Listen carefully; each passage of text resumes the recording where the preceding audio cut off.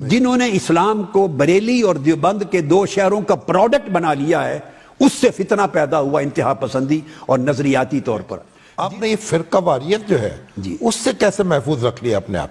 یہ بڑی عام بات ہے جناب صاحب۔ یہ تو ہمارے ہاں تو یہی ایک فرقہ کسی فرقے کے ساتھ خاص ہو جاتے ہیں۔ بدقسمتی ہے کہ لوگ فرقے کو دین کا درجہ دیتے ہیں اور اسی پہ کٹ مرنے کو جہاد بناتے ہیں، اسلام اور امت مسلمہ پیچھے رہ جاتی۔ یہ سوچ میرا خیال ہے، یہ میں نے کریٹ نہیں کی ہے اپنی زندگی میں، میں کریڈٹ دوں گا اپنے والد گرامی کو جہاں ان سے بہت فیض لیا، محترم فرید ملت ڈاکٹر فرید الدین قادری رحمۃ اللہ تعالیٰ علیہ، شاید جینیٹیکلی مجھے یہ مزاج ان سے ملا، پھر ان کی تعلیم و تربیت کا حصہ ہوگا۔ مجھے انہوں نے ابتدائی سکولنگ ہی ایک Catholic European Catholic English school میں کروائی، سیکرڈ ہارٹ سکول۔ ہاں بالکل۔ اب اس سے آپ کا ہورائزن وسیع ہو جاتا ہے۔ پھر اس کے بعد میں نے جو تعلیم لی اور انہوں نے مجھے دی، میں نے پاک و ہند کے علماء اساتذہ سے بھی تعلیم لی۔ علمی خانوادہ ہمارا فرنگی محل سے جا ملتا ہے، لکھنؤ سے۔ علماء بریلی بھی میرے اساتذہ میں ہیں، علماء دیوبند بھی میرے اساتذہ میں آگے چل کر۔ پھر میں نے حرمین شریفین سے بھی، پھر علماء رامپور سے بھی تعلیم لی اساتذہ میں، پھر مکہ اور مدینہ کے عرب علماء سے تعلیم لی، پھر شام کے عرب علماء سے لی، مراکو اور فاس کے عرب علماء، دمشق کے علماء، مصر کے علماء، لبنان اور بیروت کے علماء، یمن کے علماء۔ میرا یہ خیال ہے کہ میں نے دین کو ہندوستان کی پروڈکٹ کے طور پہ نہیں دیکھا، اور میرے والد صاحب نے یہ نصیحت کی کہ اسلام انڈیا کا پروڈکٹ نہیں اور نہ یو پی سی پی کا پروڈکٹ۔ بڑی دلچسپ اصطلاح ہے یہ کہ اسلام یو پی کا پروڈکٹ نہیں ہے اور انڈین سب کانٹیننٹ کے خاص علاقے کا یا کسی شہر اور گاؤں کا پروڈکٹ۔ جنہوں نے اسلام کو بریلی اور دیوبند کے دو شہروں کا پروڈکٹ بنا لیا ہے، اس سے فتنہ پیدا ہوا انتہا پسندی اور نظریاتی طور پر۔ جنہوں نے اسلام کو صدیوں قبل آقا علیہ السلام کے ساتھ کنیکٹ کرنے کی بجائے اپنے ایک دو اساتذہ اور بزرگوں کے ساتھ جوڑ دیا ہے، وہاں سے فرقہ واریت پیدا ہوئی ہے۔ اللہ کا شکر ہے ہمیں فرقہ واریت کی ہوا نہیں لگی۔ یعنی جب آپ عرب اور عجم میں پڑھتے ہیں، پھر اس کے بعد آپ نے ایک بڑی دکھتی رگ پہ ہاتھ رکھا ہے، تو تھوڑی دیر تسلی سے سن لیں اس کا۔ ضرور جی، ضرور ضرور۔ پہلی بات تو یہ ہے، میرا نقطہ نظر، میں بریلوی اور دیوبندی ان کو مسلک نہیں مانتا۔ اچھا، یہ مسلک ہے ہی نہیں، ان کو مسلک بنانا ہی انتہا پسند سوچ ہے۔ یہ تو ایک الگ بات ہوگی۔ ٹھیک۔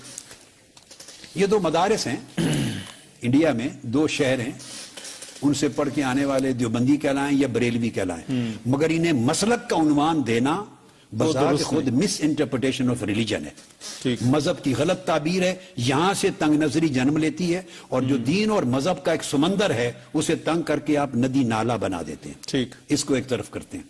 یہ جو بڑی ایک بات کی کہ یہ جو مکتب فکر ہے جس کو آپ اہل سنت والجماعت کہتے ہیں، یا آپ نے بریلوی کا لفظ یوز کیا، میں کہتا ہوں جس مسلک کا تعلق صوفیاء کے ساتھ اور وہ صوفیاء کی تعلیمات کے پیروکار تھے، وہ داتا گنج بخشری حجویری کو ماننے والے، ہم اس کو اس طرح ڈیفائن کر لیتے، بابا فرید الدین گنج شکر کے ساتھ رشتہ رکھنے والے، خواجہ معین الدین چشتی اجمیری کو ماننے والے، سیدنا غوث العظم شیخ عبد القادر جیلانی کو، یعنی اولیاء اور صوفیاء کے ماننے والے، یہ جو طبقہ تھا، اس میں درست بات ہے دور دور تک دہشت گردی اور انتہا پسندی کا تصور نہیں تھا۔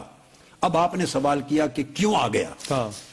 اب یہ جو آ گیا میں اس کو خارجیت سمجھتا ہوں۔ اچھا، خارجیت ہے، خواہ وہ دیکھیے بریلویوں میں داخل ہو جائے، خواہ وہ دیوبندیوں میں داخل ہو جائے، خواہ وہ اہل حدیثوں میں داخل ہو جائے، خواہ وہ شیعوں میں داخل ہو جائے، کسی طبقے میں داخل ہو جائے، خارجی ایک فکر ہے، بندوق اٹھانا اور اپنا نظریہ بندوق کے زور سے منوانا، انکار کرنے والے کو کافر سمجھنا، گردن زدنی سمجھنا، واجب القتل سمجھنا، اس کو مرتد ڈکلیئر کر دینا، اسلام سے خارج کرنا، اسلام پر اپنا قبضہ اور اجارہ سمجھنا کہ جو میں کہتا ہوں وہی اسلام ہے، جو میری بات نہیں مانتا وہ کافر ہے۔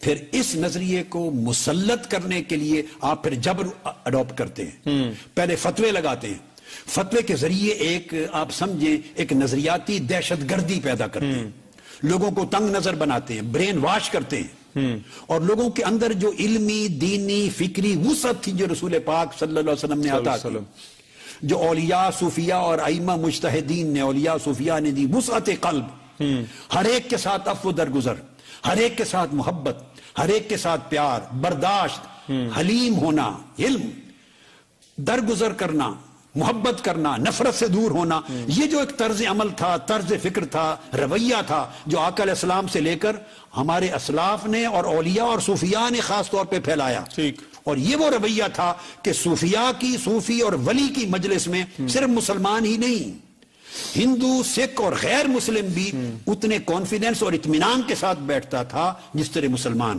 وہ نفرت سے نہیں دیکھتے تھے. اس خارجیت میں جو ہے وہ توڑ داخل آ گئے، جو ہے توڑ پھوڑ کرنا، غیر مہذب ناشائستہ زبان کا استعمال کرنا، وہ اسی میں ناشائستہ زبان کرنا، گالی گلوچ، فتویٰ بازی، تکفیر کرنا، کافر بنانا، پھر بندوق اٹھا لینا، پھر لوگوں کو اذیت دینا، یہ سب خارجیت ہے. اس کو خارجیت.